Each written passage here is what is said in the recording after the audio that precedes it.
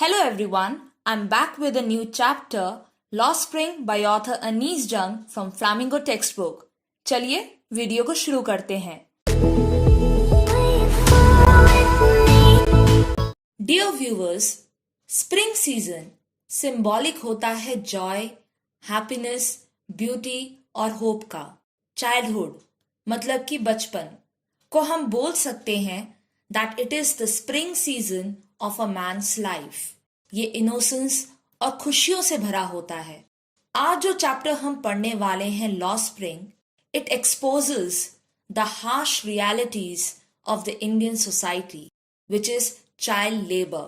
ये chapter show करता है कैसे हम डायरेक्टली और इनडायरेक्टली रिस्पॉन्सिबल हैं for the dark future of the children belonging to the poor section of the society.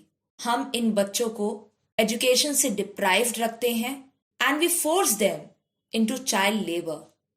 इस चैप्टर के अंदर हम 2 स्टोरीज पढ़ेंगे where we will come to know about the stolen childhood of 2 young children. इन बच्चों का बचपन किसी ने चुरा लिया है, तभी इस चैप्टर का नाम पड़ा है lost spring, stories of stolen childhood. तो चलिए हम पहली स्टोरी की तरफ बढ़ते हैं, which is sometimes I find a rupee in the garbage. Dear viewers, सबसे पहले आप इस टाइटल को ही ध्यान से देखिए. It is written in italics and it is within inverted commas, which means ये लाइन किसी ने इस स्टोरी के अंदर बोली है. किसने बोली है, कब बोली है, किस कॉन्टेक्स्ट में बोली है, everything is important here. When we will come across this line in this story, हम इसकी मीनिंग को समझेंगे. Let's read the chapter now. Why do you do this? I asked Sahib, whom I encounter every morning, scrounging for gold in the garbage dumps of my neighborhood. Dear viewers, here let me introduce you one new word, rag picker. Rag picker होते कौन है? It is a term for someone जो streets में पड़े कूड़े के ढेर में कुछ ना कुछ सर्च करते हैं, they collect material out of it, और उसे बेच के दे अर्न देयर लाइवलीहुड. इस स्टोरी के अंदर हम रैग पिकर्स के बारे में ही पढ़ने वाले हैं और उन्हीं रैग पिकर्स में से एक यंग रैग पिकर बॉय का नाम है Sahib, who is the main character of the story. If you look into the text now, यहाँ आए रेफर कर रहा है राइटर अनीस जंग को, the narrator of the story. Anees Jung Saheb से क्वेश्चन पूछती हैं कि तुम ऐसा क्यों करते हो. साहिब अनीस जंग के नेबरहुड में हर मॉर्निंग विजिट करता था with his rag picking bag और वहां पड़े कूड़े के ढेर में स्क्राउंज करता था गोल्ड. स्क्राउंज का मतलब होता है ढूंढना, टू सर्च, और यहाँ गोल्ड का मतलब गोल्ड नहीं जो आप पहनते हो. It is any valuable thing. This garbage dump was full of useless and thrown away things. और तब भी हमारा साहिब इस गार्बेज डंप में शफल करता था और इसके अंदर माइन्यूटली सर्च करता था कि कुछ ना कुछ उसे ऐसी चीज मिल जाए which is as precious as gold. Anees Jung इसी चीज को ऑब्जर्व करती हैं और पूछती हैं that why do you do this. Moving on, Sahib left his home long ago, said amidst the green fields of Dhaka his home is not even a distant memory. There were many storms that swept away their fields and homes, his mother tells him. That's why they left, looking for gold in the big city where he now lives. Dear viewers, इन कुछ lines में हमें साहिब के background के बारे में पता चलता है. His home was in lush green fields of Dhaka. Dhaka हमारी नेबरिंग कंट्री बांग्लादेश की कैपिटल है. साहिब की फैमिली इस जगह को काफी साल पहले ही छोड़ के आ चुकी थी और साहिब को कुछ याद भी नहीं था. साहिब की मदर उसे बताती हैं दैट स्टॉर्म्स के वजह से उनके घर और फील्ड्स डिस्ट्रॉय हो चुके थे. So they left the home and shifted to the big cities in search of gold. Again यहाँ गोल्ड रेफर करता है कोई भी बहुमूल्य चीज जो अवेलेबल नहीं थी इनके पास in the home town Dhaka. बच्चों के लिए गोल्ड थी things like shoes, money, bags etc. Parents के लिए क्या चीज इंपॉर्टेंट थी? Food, clothing and shelter as means of survival. Saheb इन्हीं कुछ चीजों को ढूंढ रहा था that day. I have nothing else to do, he mutters, looking away. Go to school, I say glibly, realizing immediately how hollow the advice must sound. There is no school in my neighborhood. When they build one, I will go. If I start a school, will you come? I ask, half joking. Saheb Anees Jung के question का reply देता है that उसके पास कुछ और करने के लिए है ही नहीं रैक पिकिंग के अलावा. ये सुनते ही राइटर अनीस जंग झट से बिना सोचे समझे सजेशन देती है that you should go to school. Writer Anees Jung को इस सजेशन के एकदम बाद रियलाइज होता है कि मैंने ये क्या एडवाइस दे दिया इस गरीब लड़के को. This advice was completely meaningless. Sahib बताता है कि यहाँ मेरे नेबरहुड में कोई स्कूल ही नहीं है. अगर कोई बनेगा then he will definitely go. इस पर राइटर मजाक में पूछती हैं, अगर मैं जब स्कूल खोलूंगी क्या तुम तब उस स्कूल में आओगे? Yes, he says, smiling broadly. A few days later, I see him running up to me. Is your school ready? It takes longer to build a school. I say, embarrassed at having made a promise that was not meant. But promises like mine abound in every corner of his bleak world. Sahib बड़ी खुशी खुशी जवाब देता है, Yes, he would join the writer's school. कुछ दिन बाद Sahib excited होके भाग के राइटर के पास आता है और पूछता है, क्या स्कूल रेडी है? डियर व्यूवर्स, आप देख सकते हैं यहाँ कि एक गरीब यंग रैक पिकर बॉय के भी कुछ डिजायर्स और सपने हो सकते हैं. अनीस जंग काफी शर्म महसूस करती हैं यहाँ पे कि उन्होंने एक झूठा वादा दिया. She had said this as a joke और उनके अंदर कोई इंटेंशन भी नहीं थी एक स्कूल खोलने की. लेकिन हमारा Sahib, he was not hurt. Normal रहता है as he was used to such type of behavior. इस तरह के झूठे वादे एग्जिस्ट करती थी उसके ब्लीक एम्प्टी वर्ल्ड में. After months of knowing him, I ask him his name. Sahib Alam, he announces. He does not know what it means. If he knew its meaning, Lord of the Universe, he would have a hard time believing it. Unaware of what his name represents, he roams the streets with his friends, an army of barefoot boys who appear like the morning birds and disappear at noon. Over the months, I have come to recognize each of them. Now, this is one of the most important paragraph of this story. Writer finally Sahib से काफी महीनों के बाद उसका नाम पूछती है. वो रिप्लाई करता है, साहिब आलम. इस नाम को सुनते ही राइटर सोचती है that this boy doesn't even know the meaning of his name. अगर इसे अपना नाम का मतलब पता चल जाए then he won't believe it at all. His name meant Lord of the Universe, इस पूरे ब्रह्मांड का मालिक. Dear viewers, साहिब के नाम में एक आयरनी छुपी हुई थी. अब आयरनी क्या होती है? जिस चीज में वर्ड कन्वे कर रहा है meaning which is opposite to its literal meaning, उसे हम आयरनी कहते हैं. जैसा वो दिख रहा है वैसा वो है नहीं. Saheb's name was quite opposite to his life, बल्कि वो गली गली भटकता था with his group of friends for rack picking. It was like an army of barefoot boys जिनके पास फुटवेयर्स नहीं है पहनने के लिए. ये सुबह सुबह मॉर्निंग बर्ड्स की तरह नजर आते थे और दोपहर होते ही गायब हो जाते थे. राइटर अनीस जंग अब धीरे धीरे करके हर एक रैक पिकर बॉय को पहचानने लग गई थी. Moving ahead, why aren't you wearing chappals? I ask one. My mother did not bring them down from the shelf, he answers simply. Even if she did, he will throw them off, adds another who is wearing shoes that do not match. When I comment on it, he shuffles his feet and says nothing. I want shoes, says a third boy who has never owned a pair all his life. Traveling across the country, I have seen children walking barefoot in cities on village roads. It is not lack of money, but a tradition to stay barefoot is one explanation. I wonder if this is only an excuse to explain away a perpetual state of poverty. इस scene के अंदर writer अब एक group of rack picker boys से question पूछती हैं. She asks one of them that why is he not wearing any footwear.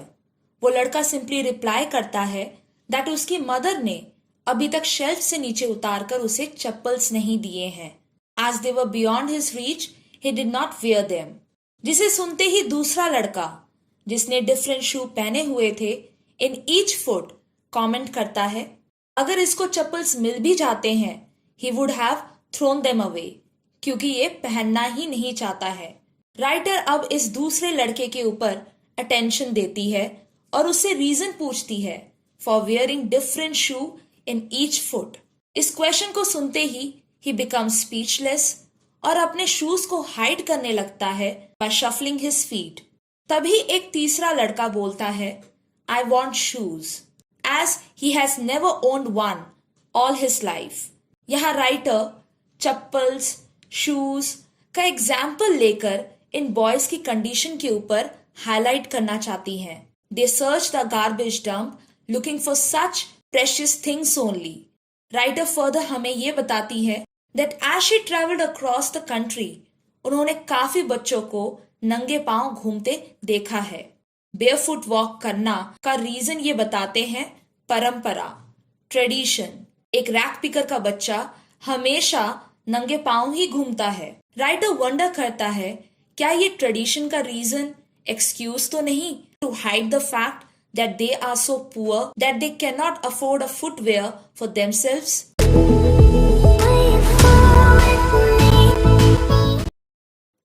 I remember a story a man from Udupi once told me. As a young boy, he would go to school past an old temple where his father was a priest. He would stop briefly at the temple and pray for a pair of shoes. 30 years later, I visited his town and the temple, which was now drowned in an air of desolation. In the backyard, where lived the new priest, there were red and white plastic chairs. A young boy dressed in a grey uniform, wearing socks and shoes, arrived panting and threw his school bag on a folding bed. Dear viewers, this part of story is known as story within story. यहाँ writer Anees जंग हमें narrate करती हैं एक छोटी सी story which was told to her by a man from Udupi. इस story के अंदर जब वो मैन यंग मैन था he would walk to his school. रास्ते में एक टेम्पल पड़ता था where his father used to work as priest. वो हमेशा उस टेम्पल में रुकता था और प्रे करता था to bless him with a pair of shoes. उसके पास जूते नहीं थे तब पहनने के लिए. 30 साल के बाद राइटर अनीस जंग विजिट करती हैं उसी सेम प्लेस को. अब वो प्लेस काफी बदल गया है. एक नया प्रीस्ट रहता है वहां पे in the backyard of the temple. कुछ प्लास्टिक चेयर्स पड़े हुए हैं वहां in red and white colours. तभी एक यंग बॉय एंटर करता है. He was wearing a grey coloured school uniform और अपने स्कूल बैग को पटक देता है on a folding bed. Moving ahead, looking at the boy I remembered the prayer another boy had made to the goddess when he had finally got a pair of shoes. Let me never lose them. The goddess had granted his prayer. Young boys like the son of the priest now wore shoes, but many others like the rack pickers in my neighborhood remained shoeless. इस priest के लड़के को देखते ही writer Anees जंग एक और लड़के को याद करने लगती हैं who has recently got a pair of shoes. He even prayed to God कि मैं इन शूज को कभी खोऊंगा नहीं. वी कैन क्लियरली सी कि एक अंडर प्रिविलेज्ड पर्सन हमेशा वैल्यू करता है हर चीज को जो उसे बड़े स्ट्रगल के बाद मिलती है. इस पूरे पैराग्राफ के अंदर हम एक इकोनॉमिक डिस्पैरिटी देख सकते हैं. प्रीस्ट के बच्चे अब शूज पहनने लग गए हैं, while on the other hand ये बेचारे रैक पिकर्स 30 साल के बाद भी they are walking barefoot.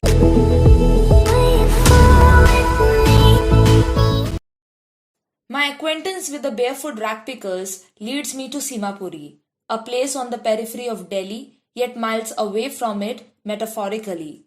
Those who live here are squatters who came from Bangladesh back in 1971. Sahib's family is among them. Dear viewers, writer अब describe करती है area जहां ये रैग पिकर्स रहते हैं. They live in Seemapuri. Seemapuri कहाँ located है? It is located in the outskirts of Delhi. बिल्कुल सीमा पर है. ये है तो दिल्ली का part, but still it is miles away from it. Capital में होकर भी यहाँ कोई फैसिलिटीज पहुंची नहीं है. जो यहाँ रहते हैं दे आर रैग पिकर्स, जो बांग्लादेश से 1971 में माइग्रेट होके यहाँ सेटल हो गए हैं. साहिब की फैमिली उन्हीं रैग पिकर फैमिलीज में से एक है.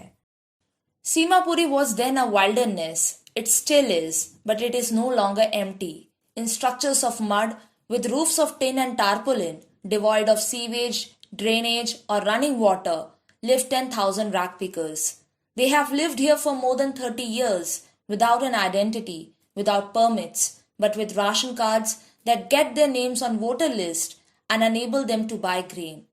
Food is more important for survival than an identity. If at the end of the day we can feed our families and go to bed without an aching stomach, we would rather live here than in the fields that gave us no grain. Say a group of women in tattered saris when I asked them why they left their beautiful land of green fields and rivers. Dear viewers, इन कुछ lines में हमें सीमापुरी की ground reality को देखने को मिल रहा है. सीमापुरी पहले बिल्कुल वेस्टलैंड था, but now it is not empty. As almost 10,000 rag pickers live here. उनके घर मड से बने हुए हैं, रूफ टिन और टारपोलिन से बनी हुई है. There is no sewage, drainage और running water facility here. बड़ी ही unhygienic conditions में rag pickers रह रहे हैं. They are living here illegally from last 30 years without any government permit. Politicians अपना गेम खेलती है. वोट के चक्कर में they provide राशन कार्ड्स और voter identity cards to them. इन रैग पिकर्स को इन्हीं राशन कार्ड से ग्रोसरी मिल जाता है और बदले में they cast votes in favour of these politicians. Writer Anees Jung इन सब चीजों को एनालाइज करने के बाद एक ग्रुप ऑफ विमेन से क्वेश्चन पूछती हैं कि आप इतने अच्छे होम टाउन ढाका जहां ग्रीन फील्ड्स और रिवर्स थे उसे छोड़ के यहाँ क्यों आ गए. एंड दे रिप्लाइड उनके लिए फूड ज्यादा इंपॉर्टेंट है than their identity. अगर उनकी फैमिली को भूख से सफर नहीं करना पड़ रहा है, they are sleeping well at night, तो फिर और क्या चाहिए उन्हें. वो खुश है यहाँ रहने से than in ढाका जहाँ कुछ खाने को भी नहीं था. Moving ahead, wherever they find food, they pitch their tents that become transit homes. Children grow up in them, becoming partners in survival. And survival in Simapuri means rag picking. Through the years, it has acquired the proportions of a fine art. Garbage to them is gold. It is their daily bread, a roof over their heads, even if it is a leaking roof. But for a child, it is even more. Writer Anees Jung हमें बताती हैं that rag pickers often travel in search of food. जहाँ भी उन्हें खाना मिल जाता है, they set up their temporary homes and start living there. जैसे ट्राइबल या बंजारे लोग करते हैं. उनके बच्चे इन्हीं ट्रांजिट होम्स में बड़े होते हैं and they also start helping their parents in seeking means of survival. Seemapuri में जीने का जरिया केवल रैग पिकिंग ही है. क्योंकि ये रैग पिकिंग कई सालों से करते आ रहे हैं, they have all become trained in it. Rag pickers के लिए ये गार्बेज गोल्ड की तरह प्रेशियस है. दे गैदर टोन और डैमेज शीट्स जिससे वो अपने घर के छतों को कवर करते हैं. It does not cover them well, लेकिन उनको कुछ तो प्रोटेक्शन मिल रही है. बच्चों के लिए ये गार्बेज डंप केवल मीन्स ऑफ सर्वाइवल नहीं, but it means something more for them.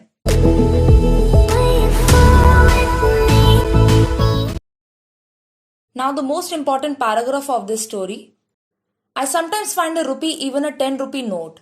Sahib says, his eyes lighting up. When you can find a silver coin in a heap of garbage, you don't stop scrounging, for there is hope of finding more. It seems for children, garbage has a meaning different from what it means to their parents. For the children, it is wrapped in wonder. For the elders, it is a means of survival. So finally our wait is over. इस paragraph के अंदर हमारे story का title Sometimes I find a rupee in the garbage आ गया है. साहिब बड़े खुश होके बोलता है कि कभी कभी उसे इस गार्बेज डंप में 1 रुपए का कॉइन या 10 रुपए नोट मिल जाता है। उसे ये कॉइन सिल्वर कॉइन की तरह लगता है that he keeps on searching for more in the garbage. Dear viewers, बच्चों के लिए ये गार्बेज डंप का मीनिंग अलग होता है। It is a means of fulfilling their dreams, चाहे वो अधूरा ही क्यों ना हो। While on the other hand, parents के लिए it is a means of adding survival. इस गार्बेज डंप से उनको बेसिक्स मिलते हैं like food, clothing and shelter.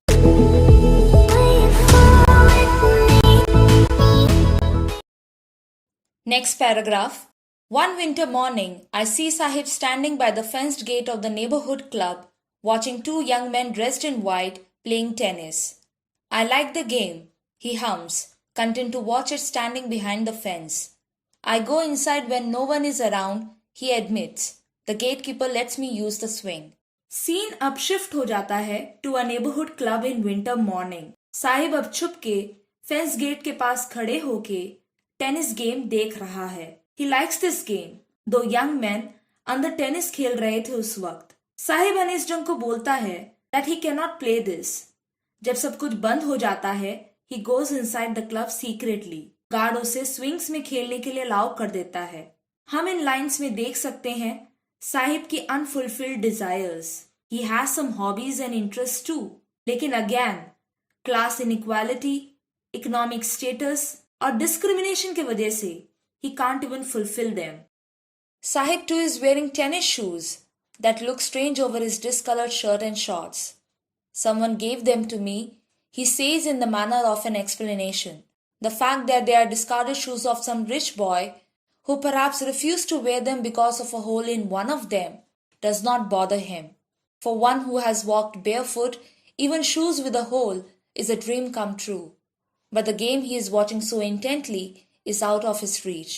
Sahib ने टेनिस शूज पहने हुए हैं।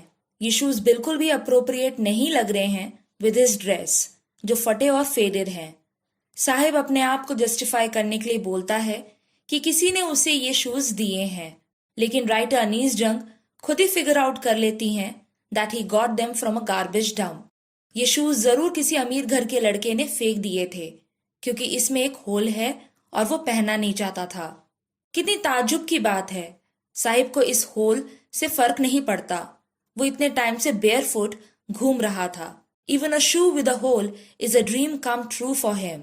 ऑल्दो साहिब का शू पहनने का ड्रीम पार्शियली फुलफिल होता है, but his desire to play tennis कभी फुलफिल नहीं हो सकता।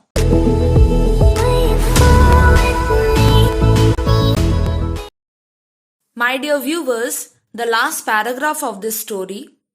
This morning, Sahib is on his way to the milk booth. In his hand is a steel canister.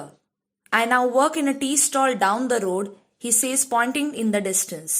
I am paid 800 rupees and all my meals. Does he like the job? I ask. His face, I see, has lost the carefree look. The steel canister seems heavier than the plastic bag he would carry so lightly over his shoulder. The bag was his. The canister belongs to the man who owns the tea shop. Sahib is no longer his own master.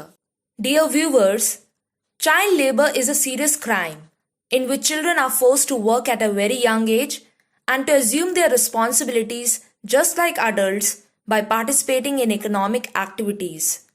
अगर इस child labour को जल्दी खत्म नहीं किया गया तो ये इंडिया के विकास के लिए बहुत बड़ा ऑब्स्टिकल बन सकता है। इस पैराग्राफ के अंदर we can see the plight of a young rag picker boy Sahib. One morning, Anees जंग की मुलाकात होती है साहिब से, लेकिन इस बार ये मुलाकात कुछ अलग थी। Sahib was holding a steel container for the first time. वो मिल्क बूथ की तरफ जा रहा था। He has got a new job at the nearby tea stall. 800 rupees per month with meals उसे मिलते हैं अब, and still he is not happy.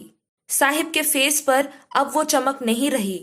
He has lost his carefree look, his freedom. ये स्टील कंटेनर जो वो carry कर रहा है उसका नहीं बल्कि उसके मास्टर का है।